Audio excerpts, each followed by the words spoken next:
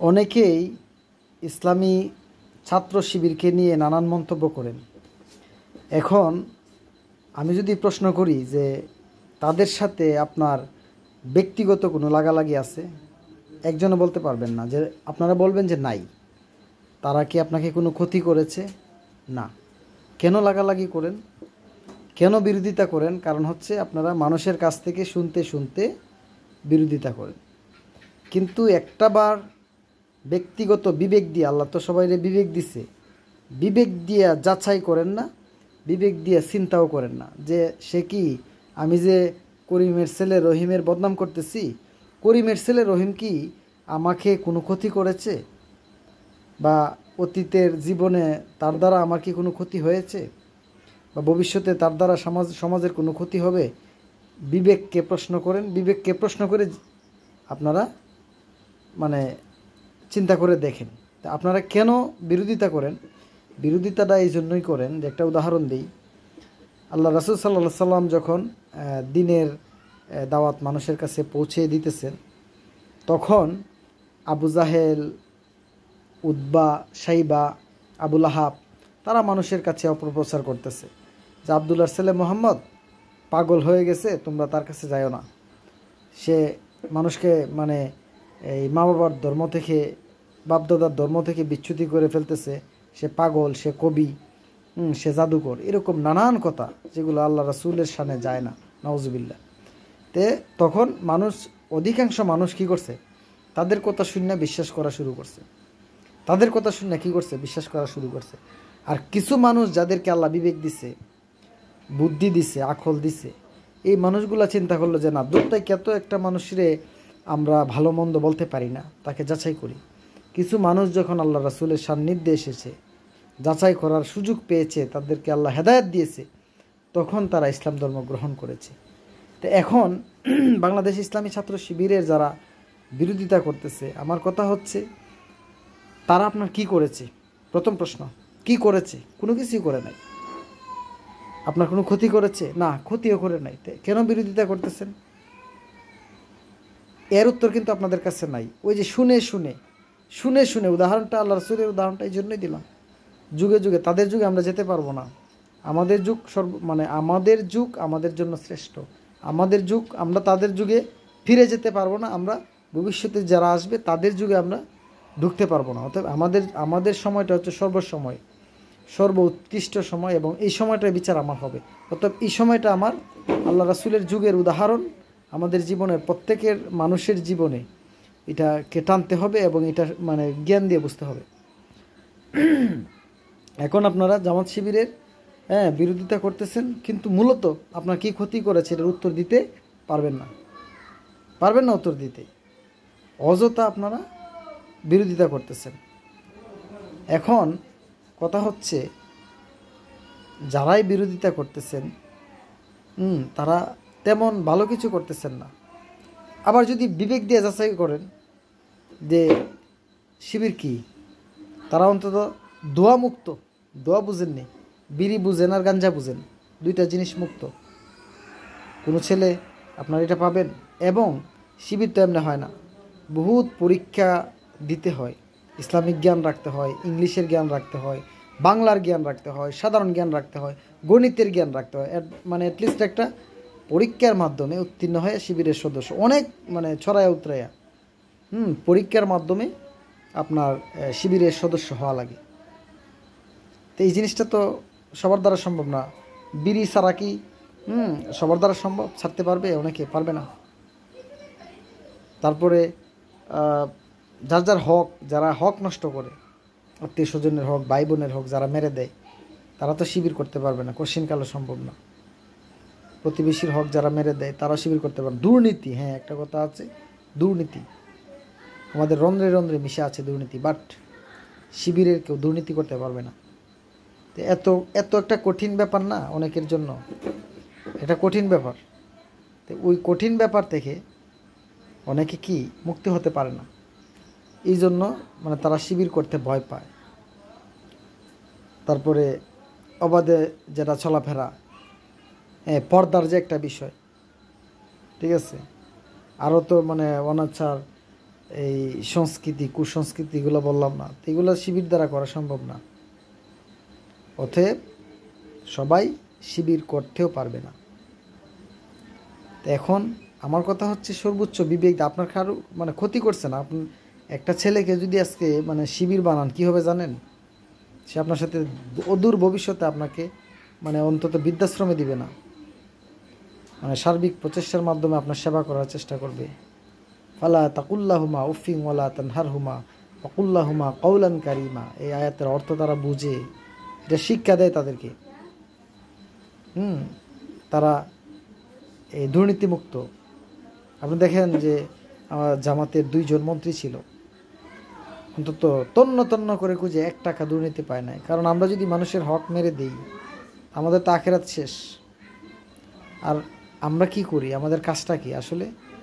ওয়াতাসিমু বিহাবলিল্লাহি জামিয়া ওয়ালা তাফাররাকু, আল্লাহর দিন প্রতিষ্ঠার জন্য মানে একত্রিত হয়ে সীসাডালা প্রাচীরের ন্যায় জামাতবদ্ধ হয়ে আল্লাহর দিন প্রতিষ্ঠা, আল্লাহর জমিন আল্লাহর দিন প্রতিষ্ঠার চেষ্টা করা।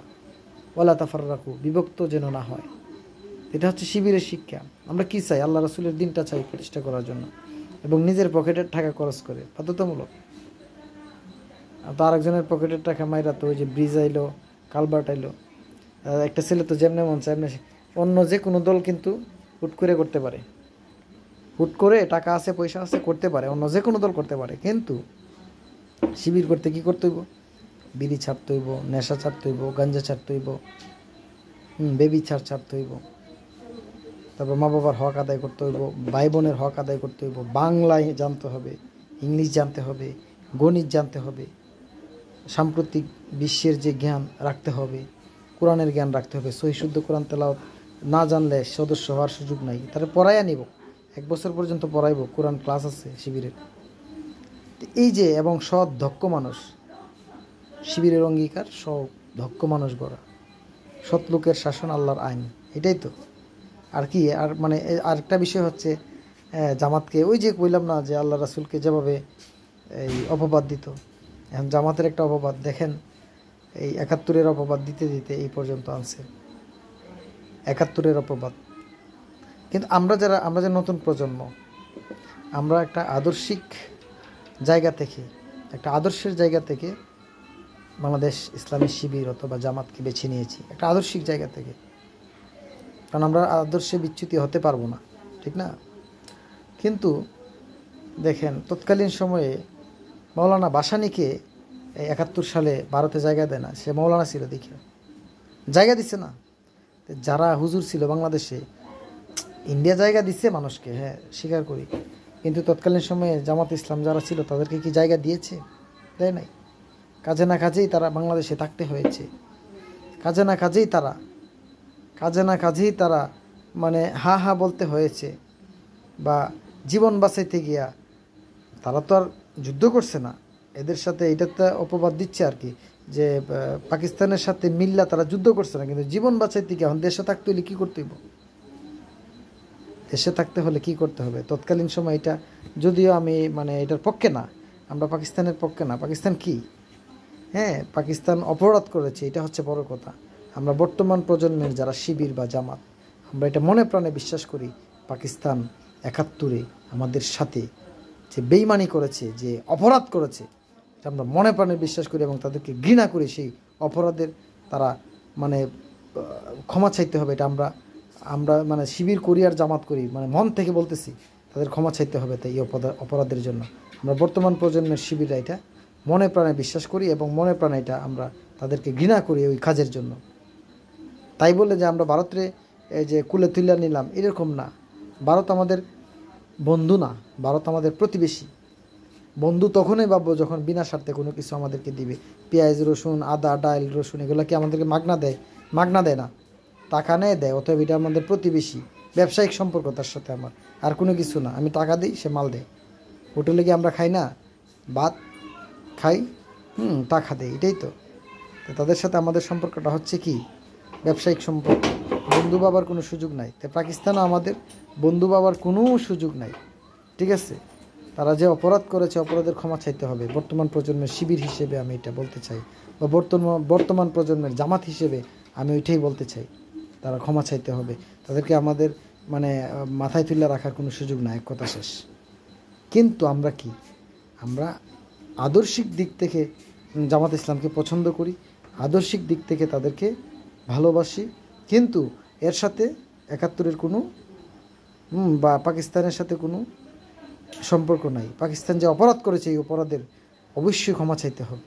তো তৎকালীন সময়ে যারা জামাত ছিল, আর আমার কথা হচ্ছে যারা জীবন বাঁচাইতে গিয়া হা হা বলছে বা জীবন বাঁচাইতে গিয়া মানে সাময়িক চলাফেরা করছে, এটা হচ্ছে ভিন্ন বিষয়। তারপরেও যদি যারা মানে অপরাধী, সুনির্দিষ্ট অপরাধ যারা করেছে, একজন হত্যা করেছে, একজন গুম করেছে, বা একজন দর্শন করেছে, এরকম অপরাধ যদি করে থাকে, সে জামাতের হোক আর অন্য যে কোনো দলের হোক, তার বিচার হোক।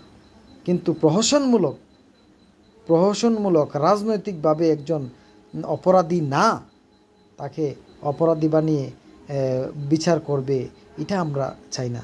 তবে হ্যাঁ, যারা সুনির্দিষ্ট অপরাধী, সে যে কোনো দলের হোক, বিচার করা হোক। জানেন যখন ৭১-এর পর ৭২-এর পর শেখ মুজিবুর রহমান ক্ষমতায় এসেছে, আওয়ামী লীগ ক্ষমতায় এসেছে, রাজাকারের একটা বিচার তালিকা করা হয়েছিল। এর মধ্যে আওয়ামী লীগের লোকই অনেক বেশি ছিল, বিএনপির লোক দ্বিতীয় পর্যায়ে, জামাতের ৩৮ না ৪০ জন লোক ছিল। তৎকালীন সময়ে রাজাকারের দল কাকে বলবেন আপনি? হুজুর দেখছেন তো, ওই যে শয়তানের লারে, বুঝছেন না, হুজুর দেখছেন, তার মানে হুজুর দেখলেই এই যে মানে তাদেরকে রাজাকার বলতে হবে। এটা আপনাকে কে শিখাইছে? এটা হচ্ছে ইসলাম বিরোধী, ইসলাম বিদ্বেষী একটা কর্মকাণ্ড। যাই হোক, সর্বশেষ কথা হচ্ছে আপনারা জেনে শুনে কথা বলুন, আদর্শিকভাবে। আপনাদের আল্লাহ বিবেক দিয়েছে, বিবেক খাটিয়ে আপনারা কথা বলুন, নিজের মূল্যবোধ থেকে কথা বলুন, দায়িত্ববোধ থেকে কথা বলুন। মনুষ্যত্বহীন হয়ে পড়বেন না এবং মনুষ্যত্বহীনতা দেখাবেন না, ঠিক আছে? এখন ভুলভাল কাউকে কোনো কিছু বলবেন না, এটা হচ্ছে আমার কথা। আর পাকিস্তান আমাদের কোনো আমরা পাকিস্তানপন্থী না, এটা হচ্ছে বড় কথা। হ্যাঁ, তাদের অপরাধের ক্ষমা চাইতে হবে, এটা হচ্ছে বড় কথা। তারা অপরাধ করেছে। এরপরও আবারও বলতেছি, যদি তৎকালীন সময়ে যারা দর্শনের সাথে সত্যি জড়িত, তারপরে এই জুলুমের সাথে জড়িত, সুনির্দিষ্ট অপরাধ যারা করেছে, তাদের বিচার হোক।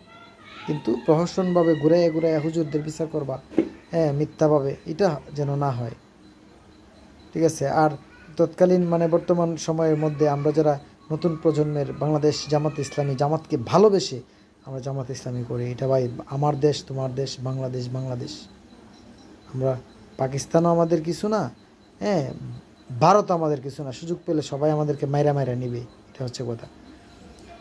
যাই হোক, এটা হচ্ছে শেষ কথা। বিবেক আছে, বিবেক খাটিয়ে কথা বলুন, বিবেক দিয়ে কথা বলুন, আকল দিয়ে কথা বলুন, জ্ঞান খাটিয়ে কথা বলুন।